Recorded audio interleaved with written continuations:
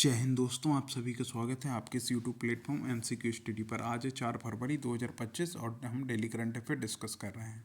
सबसे पहले तो हम ये देख लेते हैं कि 4 फरवरी को कौन सा दिवस मनाया जाता है। 4 फरवरी को मनाया जाता है विश्व कैंसर दिवस। कौन सा मनाया जाता है? विश्व कैंसर दिवस मनाया जाता है 4 फरवरी को, इसे याद रखिएगा।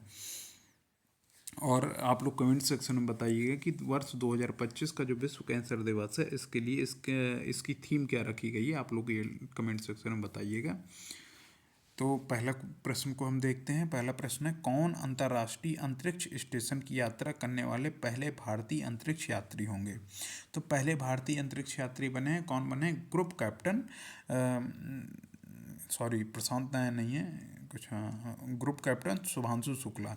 शुभांशु शुक्ला जो हैं ये इसका राइट आंसर हो जाएगा। शुभांशु शुक्ला अंतर्राष्ट्रीय अंतरिक्ष स्टेशन यानी इंटरनेशनल स्पेस स्टेशन की यात्रा करने वाले पहले भारतीय अंतरिक्ष यात्री होंगे। अगर हम बात करें कैप्टन शुभांशु शुक्ला का बारे में, तो इनका जो जन्म हुआ है लखनऊ उत्तर प्रदेश में इनका जन्म हुआ है और इन्हें जून 2006 में इंडियन एयरफोर्स में फाइटर विंग में कमीशन किया गया था। फिलहाल अगर हम बात करें ग्रुप कैप्टन शुभांशु शुक्ला के बारे में, तो इनको ये जो कैप्टन प्रशांत नायर हैं, अंगद प्रताप, अजीत कृष्णन और शुभांशु शुक्ला, इन चारों लोगों को जो भारत का पहला मानव रहित मिशन है वो, हाँ, कुल मिला के गगनयान के लिए चुना गया है। इसे याद रखिएगा। अभी मानव रहित है कि नहीं है थोड़ी सा कन्फ्यूजन है, लेकिन गगनयान जो मिशन है उसके लिए भी इन्हें चुना गया है। और फिलहाल जो ग्रुप कैप्टन शुभांशु शुक्ला हैं, इन्हें अंतरिक्ष स्टेशन की यात्रा करने वाले पहले भारतीय अंतरिक्ष यात्री के रूप में इन्हें सम्मान मिला है।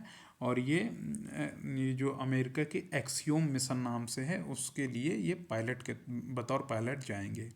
फिलहाल हमने एक्सियोम मिशन के बारे में आपको रील्स में कराया हुआ है, आप जाकर हमारी रील्स देख सकते हैं। और अगर आपने अभी तक हमारे यूट्यूब चैनल को सब्सक्राइब नहीं किया है तो आप लोग ज़रूर सब्सक्राइब करिए। हम आपको उसमें करंट अफेयर से रिलेटेड और जो भी जनरल अवेयरनेस यानी जीएस से संबंधित जो इम्पोर्टेंट क्वेश्चन रहते हैं हम आपको समय समय पर कराते रहते हैं, तो आप लोग जरूर जुड़िए। तो अब अगले प्रश्न पर चलते हैं। अगला प्रश्न है, बजट 2025 में निम्नलिखित में से किस मंत्रालय को सबसे अधिक राशि आवंटित की गई है? अगर हम बात करें सबसे अधिक राशि के बारे में, तो 2025-26 बजट जो अभी जारी हुआ है 1 फरवरी 2025 को, इसमें सबसे ज़्यादा दिया गया है किसको? रक्षा मंत्रालय को। ऑप्शन नंबर बी इसका राइट आंसर हो जाएगा। रक्षा मंत्रालय को 2025-26 के लिए 6,81,210 करोड़ रुपए यानी 6.81 लाख करोड़ रुपए दिए गए हैं, इसे याद रखिएगा।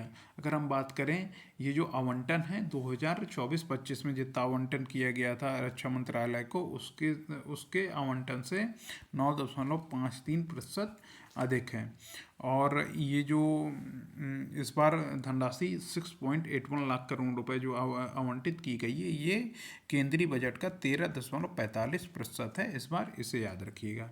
अगर हम रक्षा मंत्री के बारे में बात करें तो वर्तमान में रक्षा मंत्री हैं राजनाथ सिंह और वित्त मंत्री हैं निर्मला सीतारमण। वित्त मंत्री निर्मला सीतारमण के बारे में एक बात याद रखना है कि किसी एक प्रधानमंत्री के अंतर्गत लगातार 8 बार इन्होंने क्या पेश किया है? बजट पेश किया। मतलब सर्वाधिक किसी एक प्रधानमंत्री के अंतर्गत सर्वाधिक बार लगातार बजट पेश करने वाला रिकॉर्ड इनके नाम है। मतलब इन्होंने मोदी जी प्रधानमंत्री हैं और ये लगातार 8वीं बार बजट पेश कर चुकी हैं। तो ये लगातार किसी एक प्रधानमंत्री के भी अंतर्गत लगातार इन्होंने जो बजट पेश किया है और 8वीं बार तो बजट पेश किया है, ये भी याद रखिएगा, क्योंकि ये भी पूछा जा सकता है कि कौन से बार बजट पेश किया है। और ये भी पूछा जा सकता है कि अब तक भारत में सर्वाधिक बार बजट किसने पेश किया है, तो वो किया है मोरारजी देसाई ने। अगले प्रश्न पर चलते हैं। अगला प्रश्न है, बजट 2025 में किस राज्य में मखाना की खेती को बढ़ावा देने के लिए मखाना बोर्ड स्थापित करने की बात की गई है? मखाना बोर्ड की स्थापना की बात की गई है। तो मखाना बोर्ड स्थापित करने की बात की गई है 2025-26 के बजट में, ये बिहार में। याद रखिएगा, बिहार राज्य में मखाना खेती को बढ़ावा देने के लिए मखाना बोर्ड स्थापित करने की बात की गई है। बिहार के मुख्यमंत्री कौन है? आप सभी जानते हैं नीतीश कुमार हैं। राज्यपाल कौन है? राज्यपाल बदल दिए गए हैं, याद रखिएगा। बिहार के वर्तमान में बिहार के राज्यपाल हैं मोहम्मद आरिफ खान। अगले प्रश्न पर चलते हैं। अगला प्रश्न है आर्थिक सर्वेक्षण 2024-25 में किस क्षेत्र को पुराना युद्ध घोड़ा कहा गया है? अगर हम बात करें ये किसको किया कहा गया है? ये सेवा क्षेत्र को कहा गया है। अगले प्रश्न पर चलते हैं। अगला प्रश्न है हाल ही में किसान क्रेडिट कार्ड केसीसी की सीमा को बढ़ाकर कितने लाख रुपए कर दिया गया है? तो केसीसी की सीमा को बढ़ाकर 3 लाख रुपए जो थी उसे बढ़ाकर 5 लाख रुपए कर दिया गया है। तो ऑप्शन नंबर बी इसका राइट आंसर हो जाएगा। आप लोग कमेंट सेक्शन में ये बताएंगे कि केसीसी किस वर्ष शुरू किया गया था, यानी किसान क्रेडिट कार्ड की शुरुआत किस वर्ष की गई थी। आप लोग ये कमेंट सेक्शन में बताइएगा। अगले प्रश्न पर चलते हैं। अगला प्रश्न है भारत का लक्ष्य किस वर्ष तक 100 गीगावाट परमाणु ऊर्जा का उत्पादन करना है?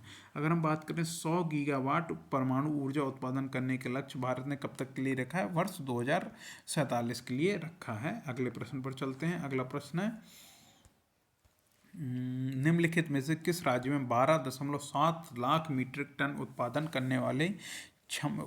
क्षमता वाले उर्वरक संयंत्र स्थापित किए जाएंगे? मतलब एक मिनट, निम्नलिखित में से किस राज्य में 12.7 लाख मीट्रिक टन उत्पादन क्षमता वाला यहाँ पे होगा वाला उर्वरक संयंत्र स्थापित किया जाएगा? तो 12.7 लाख मीट्रिक टन उत्पादक क्षमता वाला जो उर्वरक संयंत्र है कहाँ पर स्थापित किया जाएगा? ये स्थापित किया जाएगा असम में स्थापित किया जाएगा। अगर हम असम के बारे में बात करें तो दो बात हमें यहाँ पे याद रखनी है कि असम जो है, असम के मुख्यमंत्री कौन है? हेमंत बिस्वा शर्मा। और राज्यपाल कौन है? आप लोग एक कमेंट सेक्शन में बताइएगा। और असम की राजधानी क्या है? असम की राजधानी दिसपुर है। असम की राजधानी दिसपुर। मुख्यमंत्री हैं हेमंत बिस्वा शर्मा। राज्यपाल आप लोग कमेंट सेक्शन में बताइए कौन है, क्योंकि हम आपको कई बार बता चुके हैं। और एक जो सबसे इम्पोर्टेंट बात आपको यहाँ याद रखनी है, ये याद रखिए कि असम की राजधानी बदलने के लिए क्या, असम की राजधानी एक तो दिसपुर है, दूसरी राजधानी बनाने के लिए डिब्रूगढ़ के बारे में कि डिब्रूगढ़ को असम की दूसरी राजधानी बनाया जाएगा, इसके बारे में घोषणा की गई है। अगले प्रश्न पर चलते हैं। वित्त वर्ष 2016-17 से 2022-23 तक भारत के कृषि क्षेत्र ने कितने प्रतिशत की वार्षिक वृद्धि दर्शाई है? अगर हम बात करें 2016-17 से लेकर अगर 22-23 तक देखा जाए तो भारत के कृषि क्षेत्र ने 5% की जो है वृद्धि दर्शाई है, इसे याद रखिएगा। अगले प्रश्न पर चलते हैं। अगला प्रश्न है हाल ही में भारत ने कितने नए रामसर स्थल जोड़े हैं? तो भारत ने जो नए रामसर स्थल जोड़े हैं, 4 नए रामसर स्थल जोड़ लिए भारत ने। अब भारत में टोटल 89 रामसर स्थल हो गए हैं। अगर हम रामसर स्थल के बारे में बात करें तो ये अंतर्राष्ट्रीय महत्व की आर्द्र भूमियाँ होती हैं, और यानी वेटलैंड्स होते हैं। अगर हम बात करें भारत में जो पहली वेटलैंड्स घोषित की गई थी यानी आर्द्र भूमि घोषित की गई थी, वो ओडिशा की चिल्का लेक को घोषित किया गया था। और अभी जो 4 घोषित की गई हैं वो उनमें से हमने आपको ये जो कौन कौन सी 4 घोषित की गई हैं हमने आपको रील में बताया हुआ है, आप लोग जाकर रील्स पर देख सकते हैं, जिनमें से 2 तमिलनाडु की हैं, एक झारखंड की है, और अगर गलत नहीं हो तो एक शायद सिक्किम की है, या फिर थोड़ी सा कन्फ्यूजन है, देख लीजिएगा आप लोग रील्स में, आपको मिल जाएगा। हमने आपको बताया हुआ। आप लोगों ने अगर अभी तक हमारे यूट्यूब चैनल को सब्सक्राइब नहीं किया है तो प्लीज़ ज़रूर सब्सक्राइब कर लीजिएगा। और अगर आप हमारे वीडियो फेसबुक में देख रहे हैं तो आपको कमेंट सेक्शन में हमारे यूट्यूब चैनल की लिंक मिल जाएगी, आप ज़रूर जाकर ज्वाइन करिए। अगले प्रश्न पर चलते हैं। अगला प्रश्न है भारत में प्रतिवर्ष किस तारीख को भारतीय तट रक्षक दिवस मनाया जाता है? अगर हम भारतीय तट रक्षक दिवस 2025 के बारे में बात करें तो ये कब मनाया गया? ये मनाया गया है 1 फरवरी को। तो भारत पर जो प्रतिवर्ष तट रक्षक दिवस यानी इंडियन कोस्ट गार्ड डे मनाया जाता है, ये 1 फरवरी को मनाया जाता है। अगले प्रश्न पर चलते हैं। अगला प्रश्न कौन सा है? अगला प्रश्न है भारतीय रेलवे ने निर्बाध यात्रा के लिए कौन सा ऐप लॉन्च किया है? अगर हम बात करें हाल ही में जो भारतीय रेलवे ने निर्बाध यात्रा के लिए ऐप लॉन्च किया है उसका नाम क्या है? स्वरेल। उसका नाम है स्वरेल नामक ऐप भारतीय रेलवे ने लॉन्च किया। अगर हम आप लोग कमेंट सेक्शन में बताइए कि भारत में वर्तमान में रेल मंत्री कौन है, आप लोग ये कमेंट सेक्शन में बताइएगा। अगले प्रश्न पर चलते हैं। अगला प्रश्न है, वित्त वर्ष 2024 में खुदरा मुद्रास्फीति 5.4 से घटकर वित्त वर्ष 2025 में कितनी हो गई है। अगर हम बात करें खुदरा जो मुद्रास्फीति है 5.4% है, ये 0.5% घट के 4.9% हो गई। 5.4% से घट के 4.9% हो गई। तो ऑप्शन नंबर सी इसका राइट आंसर हो जाएगा।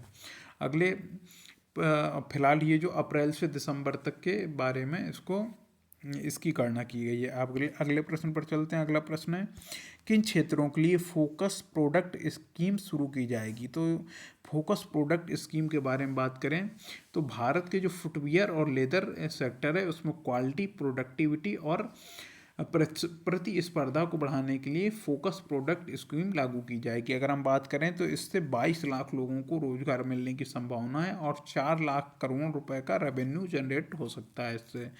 और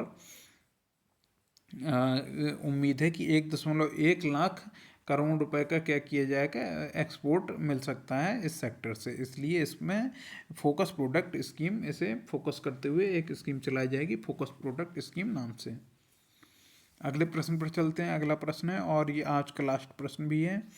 तो हाल ही में किस राज्य सरकार ने मन मित्र पहल शुरू की। अगर हम मन मित्र पहल के बारे में बात करें तो ये शुरू की गई है आंध्र प्रदेश के द्वारा। ऑप्शन नंबर ए इसका राइट आंसर हो जाएगा। ये मन मित्र क्या है, अगर आपको कुछ बनवाना होता है सरकारी कागज वगैरह तो आपको दफ्तर के चक्कर लगाने पड़ते हैं। तो आंध्र प्रदेश के मुख्यमंत्री कौन है, रेवंत रेड्डी के द्वारा राज्य में व्हाट्सएप पर नागरिक सेवाएं शुरू की गई जिसे मन मित्र नाम दिया गया। याद रखिएगा, मन मित्र एक व्हाट्सएप गवर्नेंस सेवा है, इसको याद रखिएगा। तो दोस्तों आज का वीडियो यहीं पर पूरा होता है। फिलहाल अगर आपने हमारे YouTube चैनल को सब्सक्राइब नहीं किया तो प्लीज़ ज़रूर सब्सक्राइब करिए और ज़्यादा से ज़्यादा लोगों को शेयर भी करिए जिससे हमारे चैनल को जो है सपोर्ट मिल सके। और अगर आप ये वीडियो फेसबुक पे देख रहे हैं तो आपको कमेंट सेक्शन में हमारे YouTube चैनल की लिंक मिल जाएगी। ज़रूर आप हमारे YouTube चैनल से जुड़िए। और फिलहाल तब तक के लिए आप सभी अपना ख्याल रखिए। हाँ, एक बात और बताना है कि आपको जो है 5:30 बजे कोशिश रहेगी कि आपको 5:30 बजे रोज़ जो है डेली करंट अफेयर का वीडियो मिल जाए और बाकी जो इनिशिएटिव रहेंगे आपके लिए धीरे धीरे शुरू किए जाएंगे। फिलहाल आप लोग अपना ख्याल रखिए और आपसे हम अपने नेक्स्ट वीडियो मिलते हैं। जय हिंद, जय भारत।